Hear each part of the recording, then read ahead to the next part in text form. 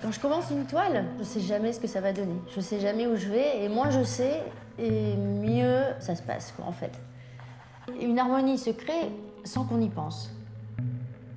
Il y a toujours cette idée de contraire. Il y a toujours un cadre et vouloir sortir du cadre. Et c'est ça qui fait la mouvance dans la toile. C'est ça qui fait l'équilibre, en fait. En ignorant le paradoxe, je pense qu'on ne peut pas créer. Parce que si on fait une ligne noire, elle apparaît dans un espace blanc. Et donc l'espace blanc est autant important que la ligne noire. C'est ça qui va déterminer la genèse de la toile, la composition. Un trait appelle un autre trait, et c'est ça qui est fascinant en fait, parce qu'on est toujours dans la découverte, dans la surprise, donc on ne sait jamais ce qui va se passer.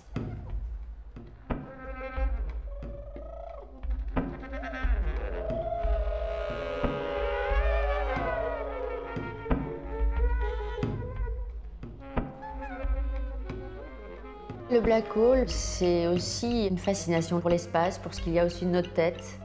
Enfin, la fascination de la lumière, de ces bleus magnifiques, la fascination des étoiles, des planètes. C'est une invitation au rêve, on peut tout imaginer par rapport à la force de l'univers. On ne sait pas ce qui se passe et on se sent tout petit sur Terre. Et j'avais envie de travailler là-dessus.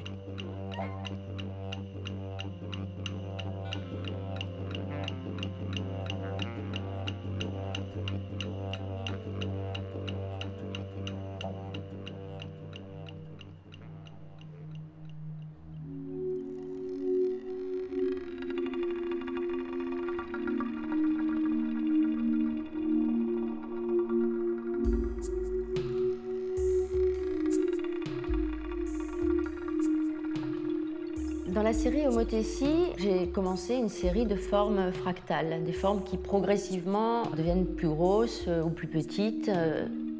Et ça a donné comme une sensation d'organisme.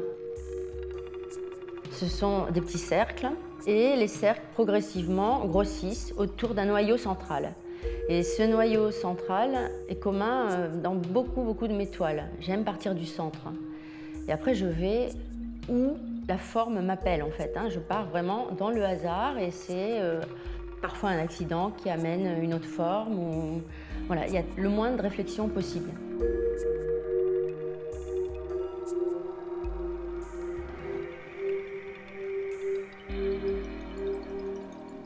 Je pense que le travail constant, le travail minutieux, le travail de concentration extrême, ça a un lien avec la création initiale des formes de la nature.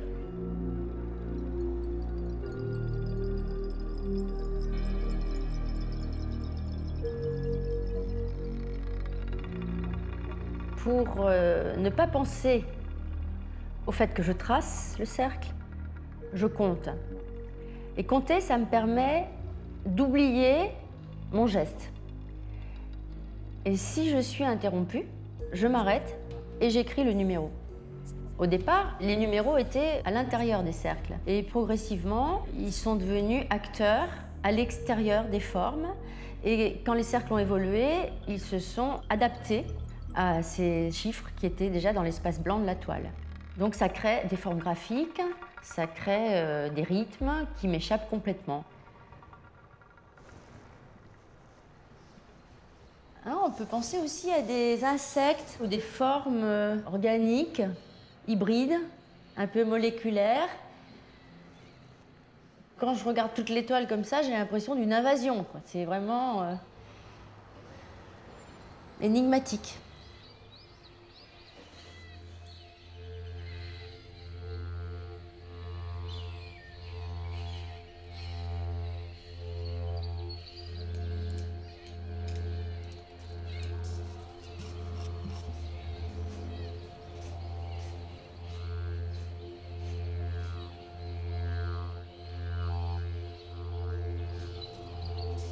Dans la série Weavings, tracer un trait, c'est quelque chose d'extrêmement reposant.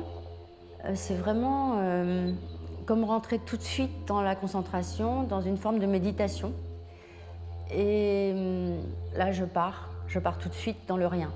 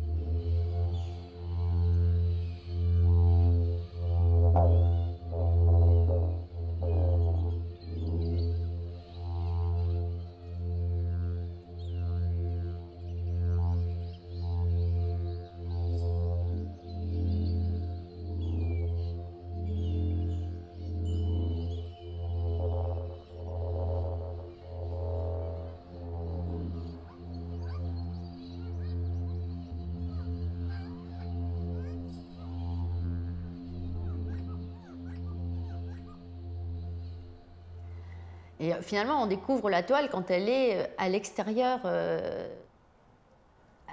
quand elle sort de l'atelier. Par exemple, quand je la vois chez des amis, chez des gens, chez des clients ou chez des collectionneurs, je les découvre.